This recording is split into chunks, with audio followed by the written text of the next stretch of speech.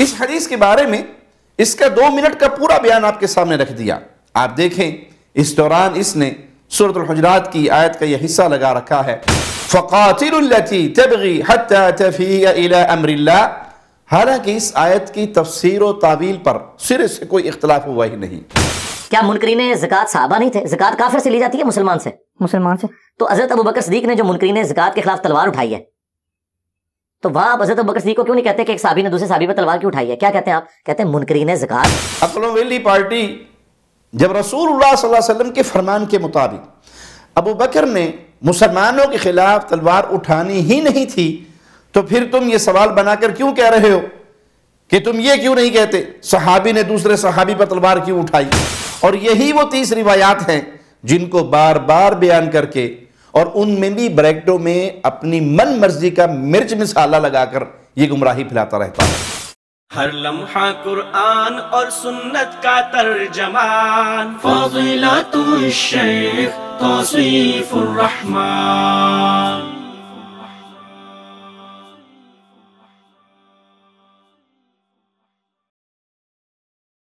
السلام علیکم ورحمۃ اللہ وبرکاتہ. ان الحمد للہ نحمده ونستعینه ونستغفره ونعوذ باللہ من شرور انفسنا ومن سیئات اعمالنا من يهده اللہ فلا مضل له ومن يضلل فلا هادي له. اشهد ان لا الہ الا اللہ وحده لا شریک له واشهد ان محمدا عبده ورسوله. اما بعد. امیر المؤمنین امیر علی رضی اللہ عنہ وارضاہ کے فضائل بکثرت احادیث میں موجود ہیں، اور اہل السنہ اہل الحدیث ان تمام فضائل کو تسلیم کرتے ہیں. اہل بیت سے محبت ہمارے ایمان کا حصہ ہے.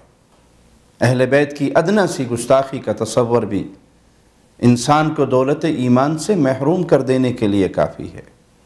مولا علی کے بارے میں رسول اللہ صلی اللہ علیہ وسلم کی یہ پیشن گوئی بھی ہے کہ آپ مارکہ تعویل قرآن کی عظیم خدمت سر انجام دیں گے.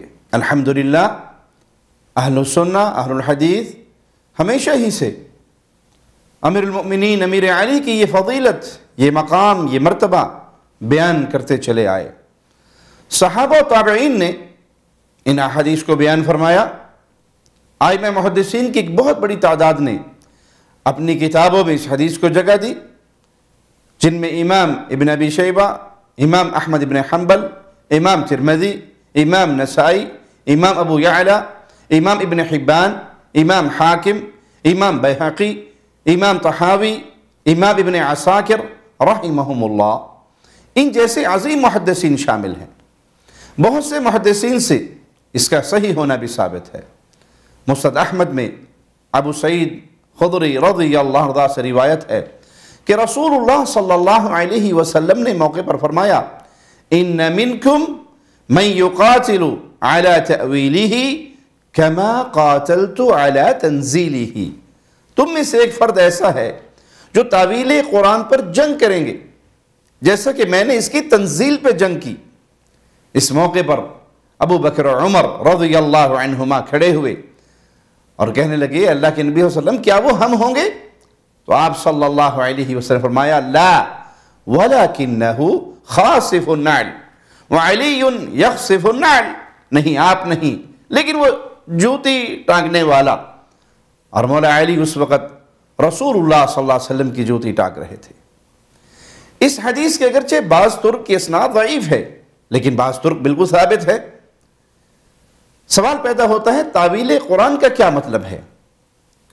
قرآن و حدیث میں لفظ تعویل سے مراد صحیح مفہوم ہے، اس کی حقیقت اور تفسیر ہے. متقدمین کے ہاں بعض اور معانی بھی ہیں.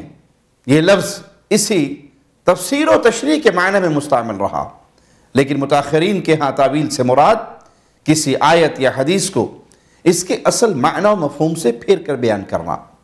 اس حدیث میں لفظ تعویل سے مراد یہی ہے کہ امیر المؤمنین امیر علی رضی اللہ عنہ وارضاہ قرآن حکیم کی آیات کا غلط مفہوم بیان کرنے والوں کے سامنے ان آیات کا صحیح مفہوم اور صحیح تفسیر پیش فرمائیں گے، اور ان کے فساد کی وجہ سے ان کے ساتھ جنگ بھی کریں گے۔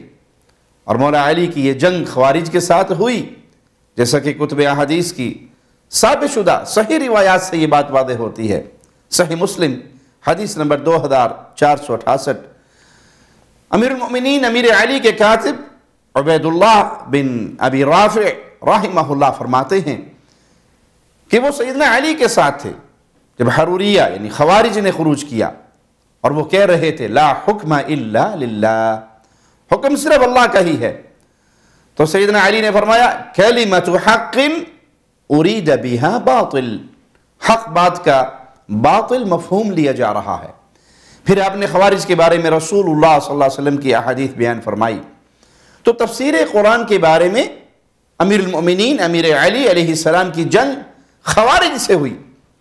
مسئلہ تحکیم پر قرآن مجید کی آیت ان الحکم الا للہ کہ حکم کا اختیار صرف اللہ کے پاس ہے، اس کا غلط مفہوم غلط مطلب لے کر خوارج نے امیر المؤمنین علی رضی اللہ عنہ کے خلاف خروج کیا تھا۔ الحمدللہ جنگ جمل و صفین میں صحابہ رضوان اللہ علیہم اجمعین کا کسی بھی آیت کی تفسیر معنی و مطلب کے بارے میں کوئی اختلاف نہ تھا، اور نہ سیدنا علی نے ایسی کوئی بات ایسا کوئی مفہوم بیان کیا تھا جس پر صحابہ کو اختلاف ہوتا۔ اور خوارج کے ساتھ جو تفسیر پر اختلاف ہوا تو خوارج کے ساتھ کوئی ایک صحابی بھی نہیں تھا۔ انجینئر محمد علی مرزا منگول اپنی رافضیت کو دلیل سے ثابت کرنے کے چکر میں سورۃ الحجرات کی آیت 9 اور 10 کو پیش کرتا دکھاتا اور یہ تاثر دیتا نظر آتا ہے کہ ان آیات پر اختلاف تھا۔ اس کی یہ حرکت بالکل باطل ہے، حقیقت کی خلاف ہے۔ آئیے اس حوالے سے پہلے مرزے کی گفتگو سن لیتے ہیں۔ اور حضرت علی کے ساتھ تو ہر وہ چیز ہے جو نبی الاسلام نے بیان فرمائی ہے، اہل حدیث کو تو بتانے کی ضرورت نہیں ہے۔ اٹھائیں المستدرک للحاکم، مسند امام احمد، سنن نسائی الکبریٰ، نبی الاسلام کے ساتھ حضرت ابو بکر اور عمر بھی موجود تھے، اور حضرت علی اور باقی اصحاب بھی۔ حضور اپنے ایک زوجہ محترمہ کے گھر سے نکلے اور تھوڑا دور جا کے آپ کی جوتی ٹوٹ گئی تو آپ نے حضرت علی کو گھاٹنے کے لیے دی، اور تھوڑی دور جا کے حضرت علی سے الگ ہو کے حضور کھڑے ہوئے اور اس گیپ کو غنیمت جانتے ہوئے نبی الاسلام نے فرمایا دیکھو اللہ تعالیٰ نے مجھے نبی بنا کر مبعوث کیا، تو ایز اے لاسٹ ریزارٹ قرآن کی تنزیل کی خاطر مجھے اپنی قوم کے خلاف تلوار اٹھانی پڑ گئی، لیکن تم میں ایک ایسا شخص ہے جسے قرآن کی تفسیر کی خاطر مسلمانوں کے خلاف تلوار اٹھانی پڑ جائے گی، جس طرح مجھے کافروں کے خلاف اٹھانی پڑی۔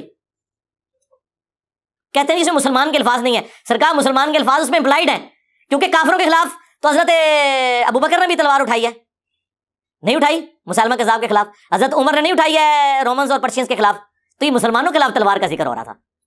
حضرت ابو بکر نے کہا انا یا رسول اللہ، کیا وہ خوش نصیب میں ہوں؟ فرمایا لا۔ رسول اللہ اپنی زبان پہ لا کا لفظ نہیں آنے دیتے تھے جود و سخا کی وجہ سے، لیکن یہاں پہ آپ نے مجبوراً کہا لا نہیں۔ حضرت عمر نے کہا یا رسول اللہ میں ہوں وہ خوش نصیب؟ فرمایا لا، بلکہ وہ شخص ہے جو میری جوتیاں گانٹ رہا ہے۔ صحابہ کرام دوڑے حضرت علی کی طرف اور انہیں بشارت دی کہ آن دا بہاف آف پروفٹ آپ مسلمانوں کے خلاف تلوار اٹھائیں گے جس طرح رسول اللہ نے کافروں کے خلاف اٹھائی۔ تو کہتے ہیں کہ حضرت علی کے چہرے سے ہمیں یوں لگا جیسے انہیں یہ پہلے ہی معلوم ہے کہ انہوں نے رسول اللہ کی یہ ڈیوٹی پوری کرنی ہے۔ اندازہ کریں، بالکل ون سائیڈڈ مقدمہ ہے۔ اس حدیث کے بارے میں اس کا 2 منٹ کا پورا بیان آپ کے سامنے رکھ دیا۔ آپ دیکھیں اس دوران اس نے سورۃ الحجرات کی آیت کا یہ حصہ لگا رکھا ہے فَقَاتِلُوا الَّتِي تَبْغِي حَتَّى تَفِيَ إِلَىٰ أَمْرِ اللَّهِ، حالانکہ اس آیت کی تفسیر و تعویل پر سرے سے کوئی اختلاف ہوا ہی نہیں۔ مرزے نے اس دوران جتنے بھی اسکین لگائے احادیث کے، ان میں سے کسی ایک میں بھی یہ بات بیان نہیں کی گئی۔ ہم بطور ثبوت اسی کے پیش کردہ اسکین آپ کو دکھاتے ہیں، غور سے دیکھیے۔ اس کا یہ پہلا اسکین مسند احمد کی حدیث نمبر 11309 ابو سعید خدری سے روایت ہے، اس میں قرآن کی تفسیر و تعویل کے لیے جنگ کا ذکر ہے۔ دوسرا اسکین یہ بھی غور سے دیکھ لیں، مسند احمد حدیث نمبر 11795، اس میں بھی تعویل و تفسیر پر قتال کا ذکر ہے۔ یہ المستدرک حاکم کی حدیث 4621 کا اسکین، اس میں بھی تعویل پر لڑنے کا ذکر ہے۔ یہ حدیث پیش کرتے ہوئے مرزا نے یہ بھی کہا کہ کہتے ہیں جی اس میں مسلمان کے الفاظ نہیں، کون کہتے ہیں؟ ہم نے تو ایسا کچھ نہیں کہا۔ پھر اس کے ساتھ ہی آگے جو اس نے کہا وہ ذرا دوبارہ سن لیں۔ کہتے ہیں اس میں مسلمان کے الفاظ نہیں ہے. سرکار مسلمان کے الفاظ اس میں امپلائڈ ہیں، کیونکہ کافروں کے خلاف تو حضرت ابوبکر نے بھی تلوار اٹھائی ہے، نہیں اٹھائی مسلمہ کذاب کے خلاف. حضرت عمر نے نہیں اٹھائی ہے رومنز اور پرشینز کے خلاف. تو یہ مسلمانوں کے خلاف تلوار کا ذکر ہو رہا تھا.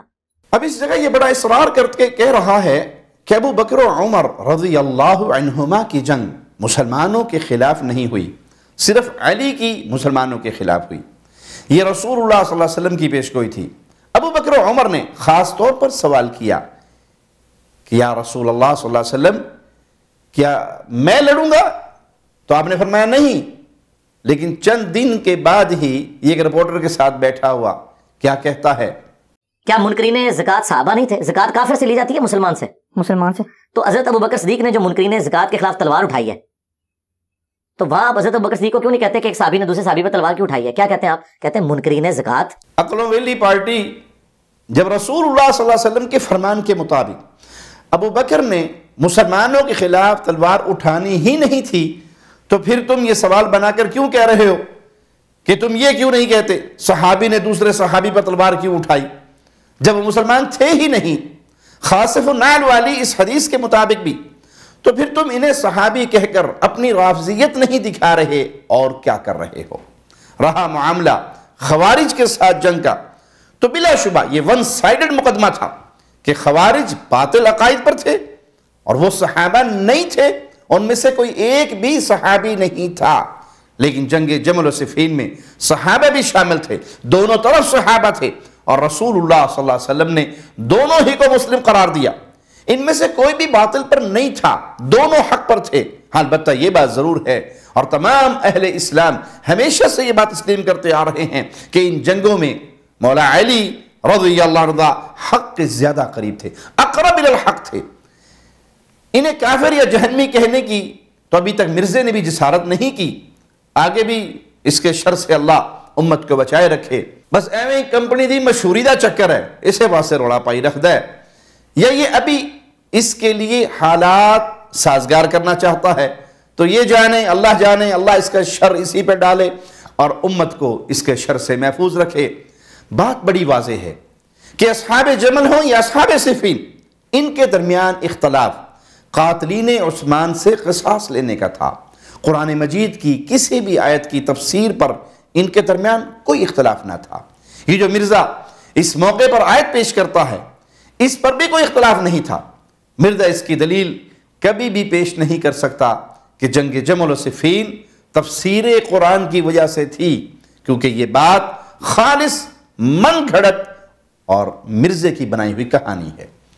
البتہ ہم خود مرزا کے پیپر سے آپ کو دکھا سکتے ہیں کہ جنگ نہروان جو خوارج کے ساتھ ہوئی تھی، جی ہاں، آپ اس کے یہ پھل جڑی، یہ پٹاخہ اٹھائیں جسے یہ بڑی مستی میں آ کر ہائیڈروجن بم کہتا پھرتا ہے. اللہ جزائے خیر دے فضیلت الشیخ ابو یحییٰ نور پوری حافظہ اللہ کو، کہ انہوں نے سب سے پہلے مرزے کے اس خیالی ہائیڈروجن بم جو حقیقت میں ایک غبارہ ہے اس کی ہوا نکالی. پھر نوجوان عالم فضیلت الشیخ مفتی عتیق الرحمن علوی حافظہ اللہ نے اس پیپر میں سے ساری غلط باتوں کو تحریری صورت میں لا کے اس کا بھرپور جواب دیا. اب تو عام لوگ بھی اس پٹاخے پر ہاتھ صاف کر رہے ہیں. مرزا کی اپنی اکیڈمی جو حقیقت میں جہالت کی درسگاہ ہے، اس کے اسٹوڈنٹ قاسم عزیز جہلم شہر کا رہائشی ہے، ایک دوست نے PDF کی صورت میں اس کے 60 صفحات پر مشتمل ایک پمفلٹ بھیجا.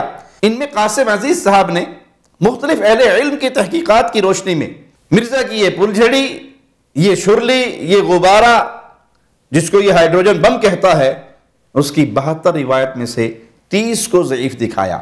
اور یہی وہ 30 روایات ہیں جن کو بار بار بیان کر کے اور ان میں بھی بریکٹوں میں اپنی من مرضی کا مرچ مسالہ لگا کر یہ گمراہی پھیلاتا رہتا ہے.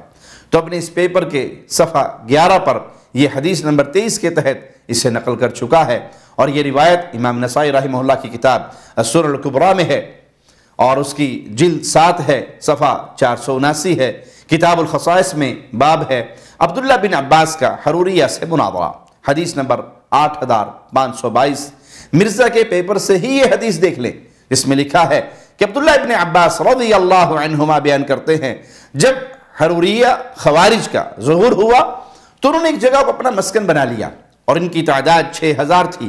میں نے امیر المومنین علی بن ابی طالب رضی اللہ عنہ سے عرض کی کہ آپ ظہر کی نماز تھوڑی ٹھنڈی کریں تاکہ میں ان خوارج سے گفت و شنید کر سکوں۔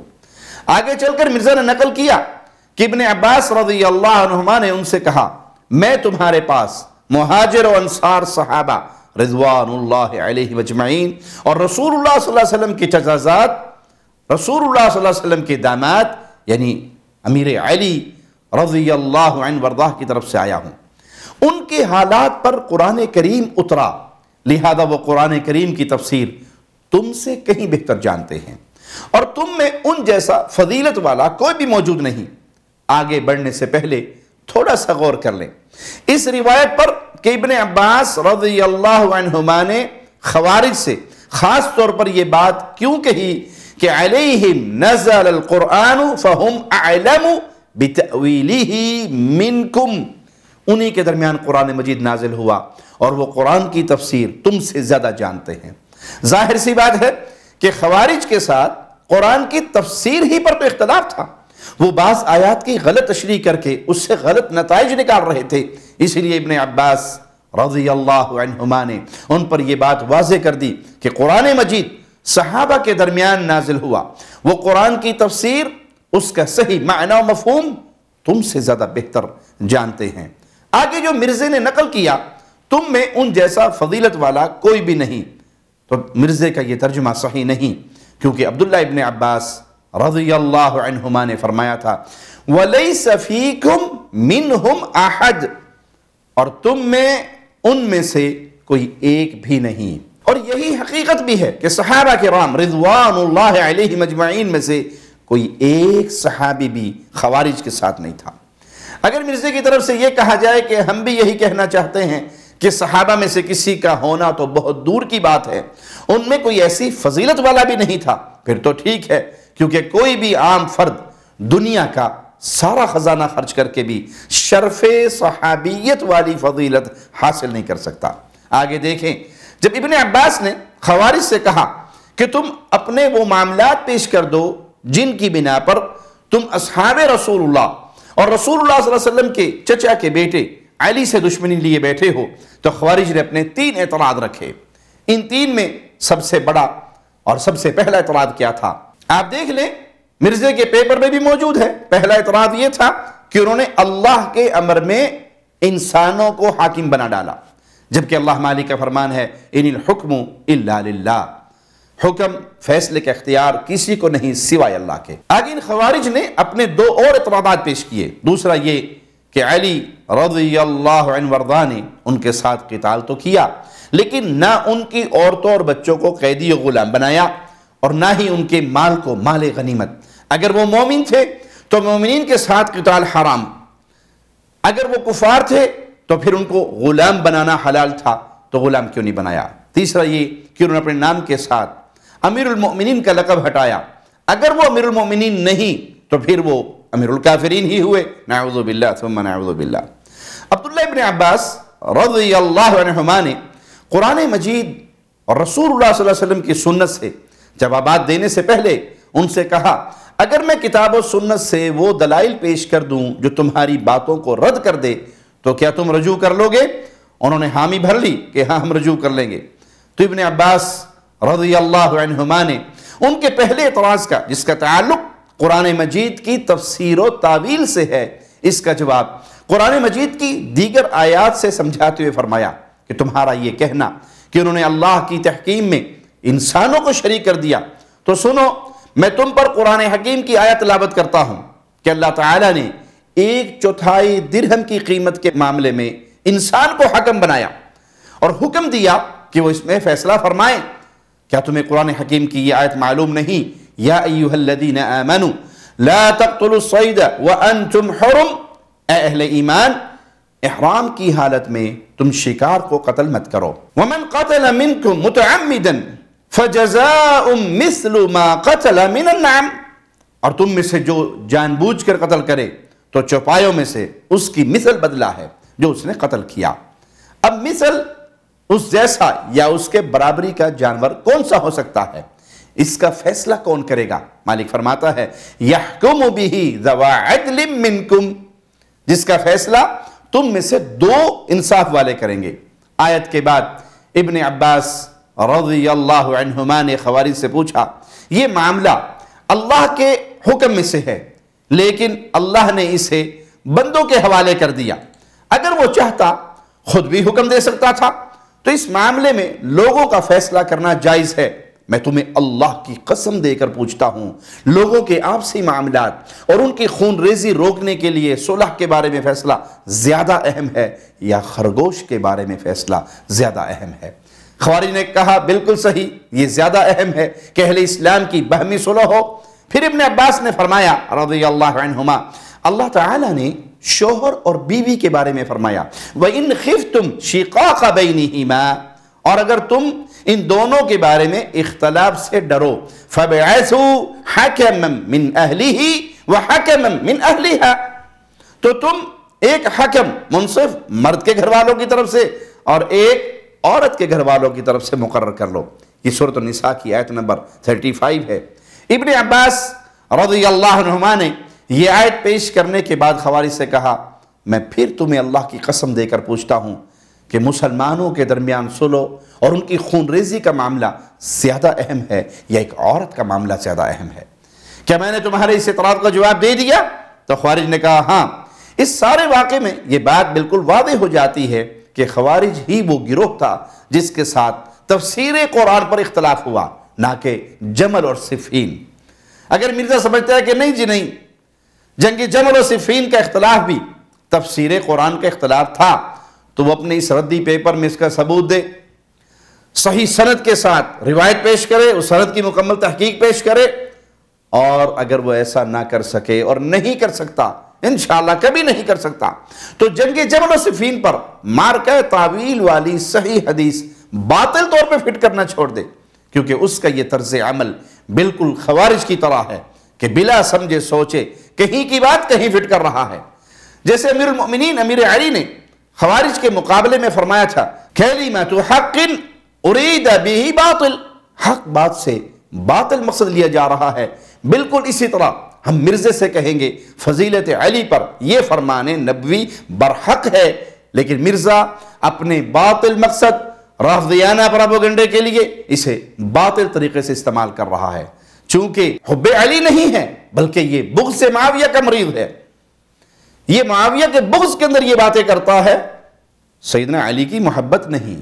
اللہ سے دعا ہے اللہ ہمیں اہل بیت و صحابہ کی محبت عطا فرمائے، اسی محبت پہ باقی رکھے، ایمان کی بہترین حالت میں زندہ رکھے، اور ایمان کی بہترین حالت میں اس دنیا سے آخرت کی طرف ہمیں لے کر جائے، اس حال میں لے کے جائے مولا ہم سے راضی ہو، ہم اپنے اللہ سے راضی ہوں۔ اقول قولی ھذا واستغفر اللہ لی ولکم ولسائر المسلمین۔ ہر لمحہ قرآن اور سنت کا ترجمان، فضیلت الشیخ توصیف الرحمن۔